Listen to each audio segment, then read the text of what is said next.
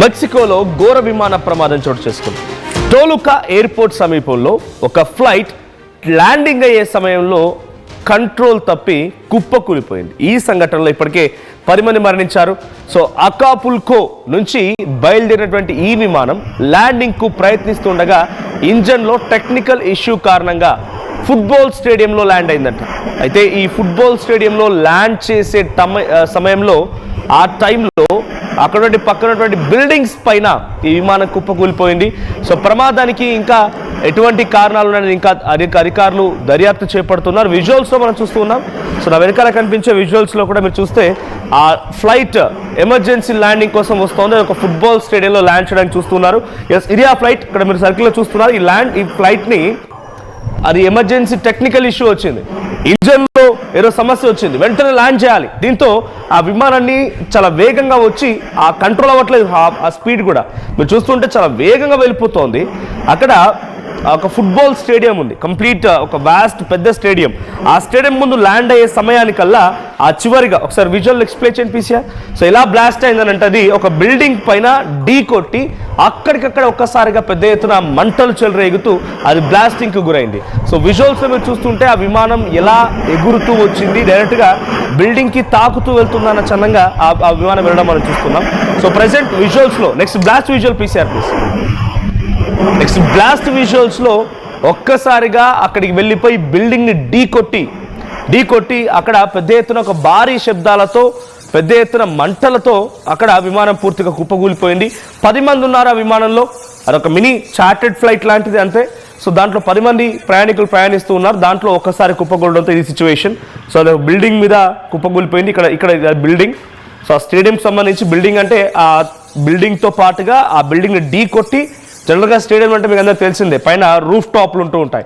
So ఆ roof టాప్ల పైన ఢీ కొట్టడంతో ఒక్కసారిగా ఆ మంటలు పెద్ద ఎత్తున చెలరేగాయి. సో ఇక్కడ ఆ విమానంలో ఉన్న వాళ్ళు మాత్రమే మరణించారు. మరి కింద ఉన్నటువంటి వారి పరిస్థితి ఏంటనేది తెలీదు. ఆ బిల్డింగ్లో ఢీ కొట్టిన సమయంలో బిల్డింగ్లో ఇంకెవరైనా ఉన్నారా, లేదా స్టేడియంలో ఆ టైంలో ఎవరైనా పబ్లిక్ ఉన్నారని తెలీదు. బట్ యాజ్ ఆఫ్ నౌ ఈ సంఘటన ఒక్కసారిగా పెద్ద ఎత్తున సంచలనంగా మారింది. మెక్సికోలో జరిగినటువంటి ఈ విమాన ప్రమాదంతో ఒక్కసారిగా టోలుకా ఎయిర్పోర్ట్ మొత్తం కూడా అలర్ట్ అయింది. సో టోలుకా ఎయిర్పోర్ట్ సమీపంలో ఈ ఫ్లైట్ కుప్పకూలింది. సో అకాపుల్కా నుంచి బయలుదేరినటువంటి ఈ విమానం, ఎస్ ఇక్కడ చూడండి, ఈ విమానం ఇక్కడ అకాపుల్కా ఇక్కడ నుంచి బయలుదేరిన విమానం సో ఇక్కడికి చేరుకోవాల్సింది. సో మెక్సికోకి చేరుకోవాల్సింది. మెక్సికోలోని టోలుకా అనేటువంటి ఎయిర్పోర్ట్కి చేరుకోవాల్సింది. కానీ ఇక్కడికి వచ్చే సమయానికల్లా అది ల్యాండ్ అయ్యేటువంటి కొద్ది సమయం ముందు ఇంజన్లో కొంత ఇష్యూస్ రావడంతో ఎమర్జెన్సీ ల్యాండింగ్లో భాగంగా ఒక ఫుట్బాల్ స్టేడియంలో ల్యాండ్ అవ్వాల్సి వచ్చిందంట. సో అది ల్యాండింగ్ అవుతోందా లేకుంటే ఫుట్బాల్ స్టేడియం పక్కనే అటు ఎయిర్పోర్ట్ ఉందో తెలియదు. బట్ ఫుట్బాల్ స్టేడియంలో ఈ సంఘటన చోటు చేసుకుంది. ఢీ కొట్టి అలా ఒక్కసారిగా బ్లాస్ట్కి గురైంది. సో విజువల్స్లో మీరు చూస్తుంటే ఆ విమాన ప్రమాదం ఏ స్థాయిలో జరిగిందో అర్థమవుతుంది. సో ప్రజెంట్ జరిగేటువంటి ఈ సంఘటన పైన ఒక్కసారిగా అటు దర్యాప్తును కూడా ఆదేశించారు.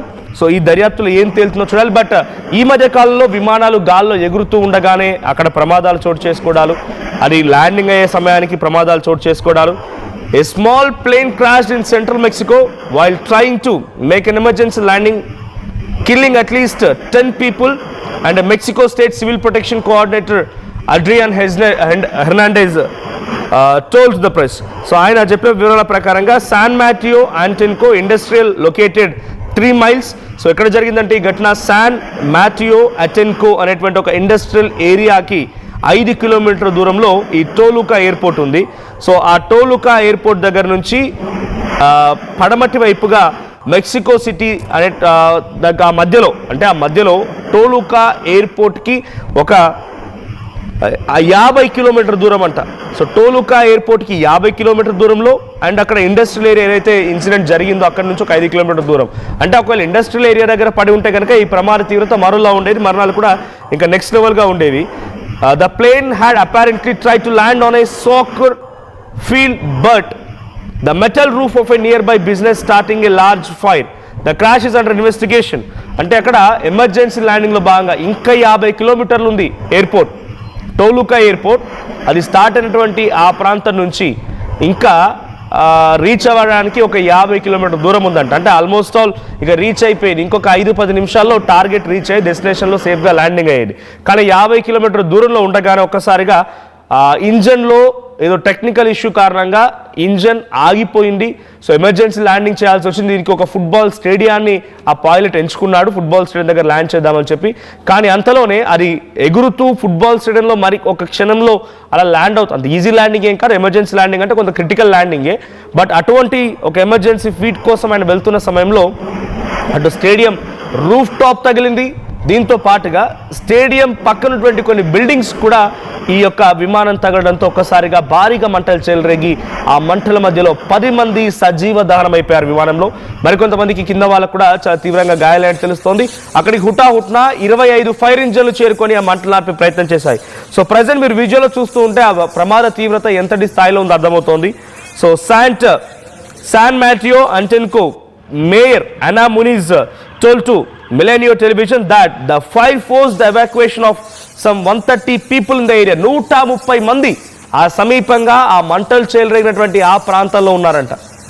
130 మంది ఆ మంటల్లో వారంతా కూడా ఆ చుట్టుపక్కల పరిసర ప్రాంతాల్లో ఉండి దాని దాటికి పొగల తాటికో లేకుంటే మంటల సెగల తాటికో వారందరూ కూడా చాలా తీవ్రంగా గాయాలైనట్టు తెలుస్తోంది. సో ప్రజెంట్ ఆ సిచ్యువేషన్ నుంచి వారంతా సేఫ్గా బయటపడి ఆసుపత్రిలో చికిత్స పొందుతున్నారు. కానీ ఆ మంటల తాటికి ఆ పేలినటువంటి విమానంలో 10 మంది ఉంటే 2 పైలట్లతో సహా 10 మంది సజీవ దహనమైపోయారు. సో ఎగ్జాక్ట్గా 10 మంది కూడా ఆ ఫ్లైట్లోనే ఉన్నారా లేదా అక్కడ కింద ఎక్కడైతే ఫ్లైట్ కుప్పకూలిపోయిందో అక్కడ ఇన్సిడెంట్లో ఉన్నారనేది ఇంకా అంటే ఇన్వెస్టిగేషన్, అక్కడ ఏం జరిగిందని ఇంకా ఇన్వెస్టిగేషన్ కొనసాగుతోంది. సో మెక్సికోలో జరిగినటువంటి ఈ ఘటనతో ఒకసారిగా నగరం మొత్తం కూడా ఉలిక్కి పడింది. సో టులుకో ఎయిర్పోర్ట్లో సేఫ్గా ల్యాండ్ అవ్వాల్సినటువంటి ఈ విమానం ఒక్కసారిగా ఇది ఒక ప్రైవేట్ జెట్. సో ఇది చాలా తక్కువ మందితో వెళ్తున్నటువంటి ఒక చిన్న విమానం. సో ఆ విమానంలో ఉన్నవారంతా కూడా స్పాట్లోనే మరణించగా ఇంకా కింద ఉన్నవారి పరిస్థితి ఏంటనేది ఇంకా తెలియాల్సి ఉంది. ఒక ఎమర్జెన్సీ ల్యాండింగ్లో భాగంగా ఫుట్బాల్ స్టేడియంని ఎంచుకొని ఫుట్బాల్ స్టేడియం దగ్గరికి వెళ్తున్న క్రమంలో ఇన్సిడెంట్ చోటు చేసుకుంది. అయితే 5 కిలోమీటర్ల ముందే అక్కడ నుంచి ఇంకో 5 కిలోమీటర్లు వెళ్తే అక్కడ ఇండస్ట్రియల్ ఏరియా ఉందంట, మొత్తం కంప్లీట్ ఇండస్ట్రీస్ ఉన్నాయి. సో ఒకవేళ కనుక ఈ ప్రమాదమే అక్కడ జరిగి ఉంటే ఈ ప్రమాద తీవ్రత మరో లెవెల్గా ఉండేది, మరొక ఎక్స్ట్రీమ్గా ఉండేది. సో ఇప్పుడు ఎక్కడైతే ప్రమాదం జరిగిందో ఇక్కడి నుంచి ఇంకో 50 కిలోమీటర్లు